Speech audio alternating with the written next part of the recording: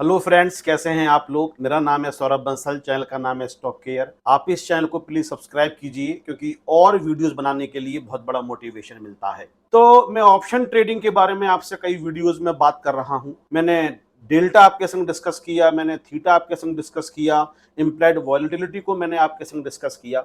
और इतनी सब बात डिस्कस करने के बाद अब मैं ये चाहता हूं कि मैं आपके संग ये डिस्कस करूं कि सही स्ट्राइक प्राइस का सिलेक्शन कैसे किया जाए। जब भी आप एक ऑप्शन ट्रेडिंग में जाते हो, अभी मैं सेलर की तरफ से बात नहीं करूंगा, बायर की तरफ से बात करूंगा कि आपको एक कॉल बाई करनी है या पुट बाई करनी है तो कौन सी स्ट्राइक को सिलेक्ट किया जाए। इन द मनी को किया जाए, डीप इन द मनी को किया जाए, एट द मनी को किया जाए, आउट ऑफ द मनी को किया जाए, deep out of the money को किया जाए। क्योंकि अगर आप लोग ये सीख जाते हो कि विच strike price is the best strike price, तो जो मैं हर वीडियो में कहता हूं कि प्रॉफिट होने के चांसेस डेफिनेटली बढ़ते हैं और लॉस होने के चांसेस कम हो जाते हैं। और मैं आपसे बार बार कहूंगा, गुजारिश पहले भी कर चुका हूं कि बिना नॉलेज के प्लीज आप ऑप्शन ट्रेडिंग मत करना, फ्यूचर कॉन्ट्रैक्ट्स वगैरह मत करना। इन्वेस्टमेंट करो, अगर आपके पास पैसा है, सेफ रहेगा, अच्छी कंपनी में पैसा लगाओ, कुछ अच्छे टाइम के लिए लगाओ, आपको अच्छा रिटर्न वापस मिलेगा, आपका पैसा भी सेफ रहेगा। लेकिन अगर आप ऑप्शन मार्केट में आना चाहते हो, फ्यूचर ऑप्शंस में आना चाहते हो, मैं सबसे बोलता हूं कि आने से पहले उसकी नॉलेज लो, जानकारी लो, पता करो कि आप एग्जैक्टली क्या कर रहे हो। इसीलिए मैंने इतनी सारी जो वीडियोस बनाई उसमें मैंने ये नहीं बताया कि सही स्ट्रेटजी क्या होगी, पैसा कैसे कमाया जाए, कैसे एकदम से हम पैसा कमा सकते हैं। ना कोई अट्रैक्टिव मैंने थंबनेल आपको दिया, मैंने ये बताया कि जो भी कर रहे हो उसके अंदर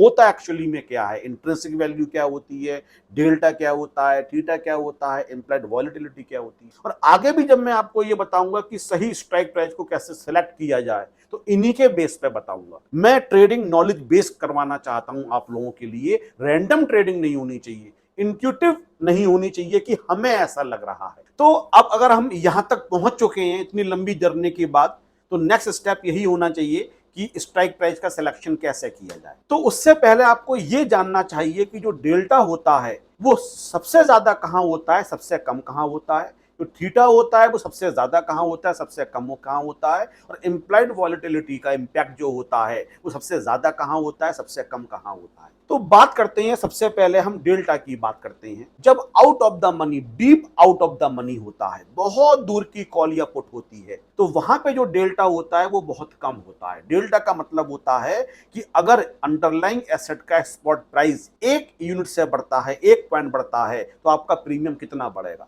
तो डीप ओटीएम है, अगर मार्केट ऊपर जाता भी है तो प्रीमियम बहुत जरा सा बढ़ता है, इसका मतलब डेल्टा बहुत कम हो गया। अगर ओटीएम है तब भी लो होता है। लो का मतलब हो गया अगर मार्केट बढ़ता है, 1 पॉइंट से मार्केट बढ़ता है तो कितना आपका प्रीमियम बढ़ेगा, उसके कम चांसेस होते हैं। पॉइंट 20 पैसा कह सकते हो, 15 पैसा कह सकते हो, 30 पैसा मैक्सिमम अगर ओटीएम कॉल है। एटीएम के आसपास जो डेल्टा होता है वो मॉडरेट होता है। मैंने एक वीडियो में बताया था 50 से 60 पैसे के आसपास होता है। अगर 1 पॉइंट बढ़ता है, फिर जिसके भी आपने ले रखी है, चाहे निफ्टी 50, चाहे बैंक निफ्टी का स्ट्राइक ले रखी है आपने, या फिर किसी और शेयर की ले चुकी है, या कमोडिटीज की आपने ली हुई है स्ट्राइक प्राइस, तो अगर जो स्पॉट प्राइस है वो अगर 1 पॉइंट से बढ़ता है तो आपका प्रीमियम जो बढ़ेगा वो एटीएम के आसपास करीब 50 से 60 पैसे बढ़ेगा। इसलिए मैं मॉडरेट बोल रहा हूं। अगर आप इन द मनी कॉल लेते हो, इन द मनी पुट लेते हो, और अगर इन द मनी है आपके लिए, तो डेल्टा जो होता है वहां पे हाई होता है। हाई का मतलब अगर 1 पॉइंट बढ़ता है तो जो आपकी कॉल का प्रीमियम, पुट का प्रीमियम है, वो करीब 80 से 90 पैसे के आसपास तक बढ़ सकता है। और अगर बहुत डीप इन द मनी है फिर तो ऑलमोस्ट 95 पैसे के आसपास समझ लो डेल्टा बहुत हाई होता है। 1 पॉइंट बढ़ेगा तो ऐसा लगेगा कि आपका प्रीमियम भी 1 रुपए के आसपास बढ़ गया। इसके बाद बात करते हैं थीटा, जो सबसे बड़ा रोल प्ले करता है, टाइम डिके भी कहते हैं। जैसे जैसे टाइम गुजरता है, प्रीमियम कम होना शुरू हो जाता है। तो प्रीमियम कहां पे सबसे कम इंपैक्ट पड़ता है थीटा का, सबसे ज्यादा कहां पड़ता है। तो अगर डीप ओटीएम है, बहुत दूर की आउट ऑफ द मनी अगर आपका स्ट्राइक प्राइस होता है तो थीटा बहुत लो होता है। थीटा लो का मतलब बहुत हो गया कि टाइम के साथ आपका प्रीमियम बहुत कम हो रहा होगा, क्योंकि प्रीमियम ऑलरेडी बहुत कम होता है। तो प्रीमियम प्रीमियम जब बहुत ज्यादा कम होता है तो थीटा का इंपैक्ट भी बहुत ज्यादा कम होता है। लेकिन अगर ओटीएम है, डीप ओटीएम नहीं है, ओटीएम है, out of the money call है, तो थीटा का इंपैक्ट करीब करीब मॉडरेट के आसपास होता है। आपको दिखाई पड़ेगा कि टाइम के साथ साथ थोड़ा थोड़ा मेरा प्रीमियम भी कम हो रहा है। और एटीएम के आसपास बहुत ज्यादा होता है थीटा का, ये समझना बहुत जरूरी है। एट द मनी कॉल या एट द मनी जो पुट होती है वहां पे थीटा का इंपैक्ट सबसे ज्यादा होता है, वेरी वेरी हाई होता है। और जैसे जैसे वक्त गुजरता है एकदम से आपका प्रीमियम कम होना शुरू हो जाएगा, बहुत रैपिडली कम होगा।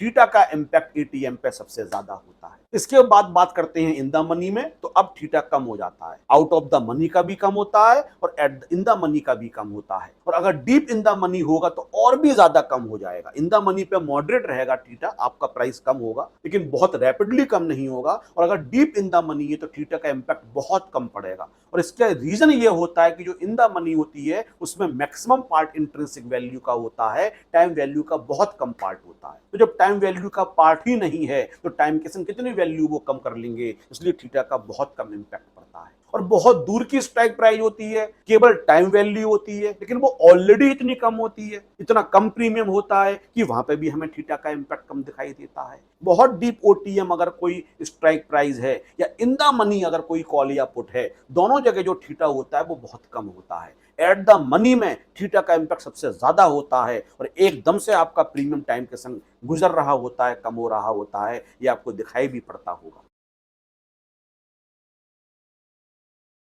अब बात करते हैं इम्प्लाइड वॉलेटिलिटी। अगर कोई ऐसी न्यूज आने वाली है, खबर आने वाली है जिससे मार्केट में एक बड़ा मूवमेंट आएगा, तो जो आपका डीप ओटीएम होता है या ओटीएम होता है वहां पे आईबी का इंपैक्ट सबसे ज्यादा होता है, प्रीमियम एकदम से सबसे ज्यादा वहीं बढ़ेगा। एटीएम पे जो इम्प्लाइड वॉलेटिलिटी होती है उसका इंपैक्ट बहुत कम होता है मॉडरेट होता है। और जो इन द मनी या डीप इन द मनी होती है उनके ऊपर इम्प्लाइड वॉलेटिलिटी का जो इंपैक्ट होता है वो बहुत कम पड़ता है। मतलब मैं ये कहना चाहता हूं कि अगर आपको पता है बजट आने वाला है तो deep out of the money या जो आउट ऑफ द मनी आपकी स्ट्राइक प्राइस होती हैं उनके प्रीमियम सबसे ज्यादा बढ़े हुए नजर आपको आएंगे। जो एटीएम है एट द मनी कॉल या पुट होगी उसके मॉडरेटली बढ़े हुए आपको प्रीमियम नजर आएंगे। और जो इन द मनी या डीप इन द मनी होंगे उनके प्रीमियम पे बहुत ज्यादा फर्क नहीं पड़ेगा। इसके पीछे भी मैं रीजन बता देता हूं। जो आपकी आउट ऑफ द मनी या deep out of the money strike price होता है उनका प्रीमियम बहुत कम होता है, क्योंकि सेलर जो होता है उसको पता है कि आप इन द मनी आ ही नहीं पाओगे। इन द मनी आ ही नहीं पाओगे तो अल्टीमेटली उसी को प्रॉफिट होगा, तो वो बहुत कम प्रीमियम डिमांड करता है। लेकिन अगर आईवी हाई है, इसका मतलब हो गया कि एक ऐसी न्यूज आई है जो ये बता रही है कि बहुत बड़ा मूवमेंट मार्केट में आने वाला है।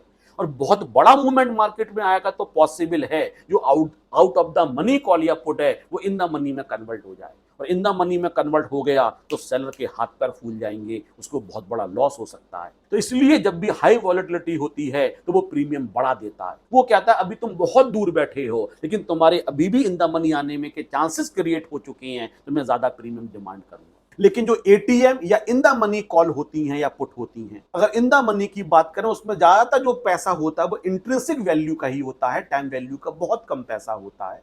तो इम्प्लाइड वॉलेटिलिटी वहां पे बहुत ज्यादा इंपैक्ट नहीं डाल पाती है, उनका प्रीमियम ऑलरेडी बहुत हाई होता है इंट्रिंसिक वैल्यू की वजह से। इसलिए जो इम्प्लाइड वॉलेटिलिटी होती है उसका जो इंपैक्ट पड़ता है वो इन द मनी या deep in the money call में कम होता है। एटीएम में मॉडरेटली होता है क्योंकि वो बाहर होती हैं लेकिन उनके अंदर आने के चांसेस, इन द मनी में आने के चांसेस उनके भी बढ़ते हैं। उनका प्रीमियम हाई होता है लेकिन तब भी थोड़ा और हाई किया जाता है। इसलिए कहते हैं इम्प्लाइड वॉलेटिलिटी की वजह से जो आपकी एटीएम कॉल या पुट होती है उसके प्रीमियम मॉडरेटली बढ़ जाते हैं।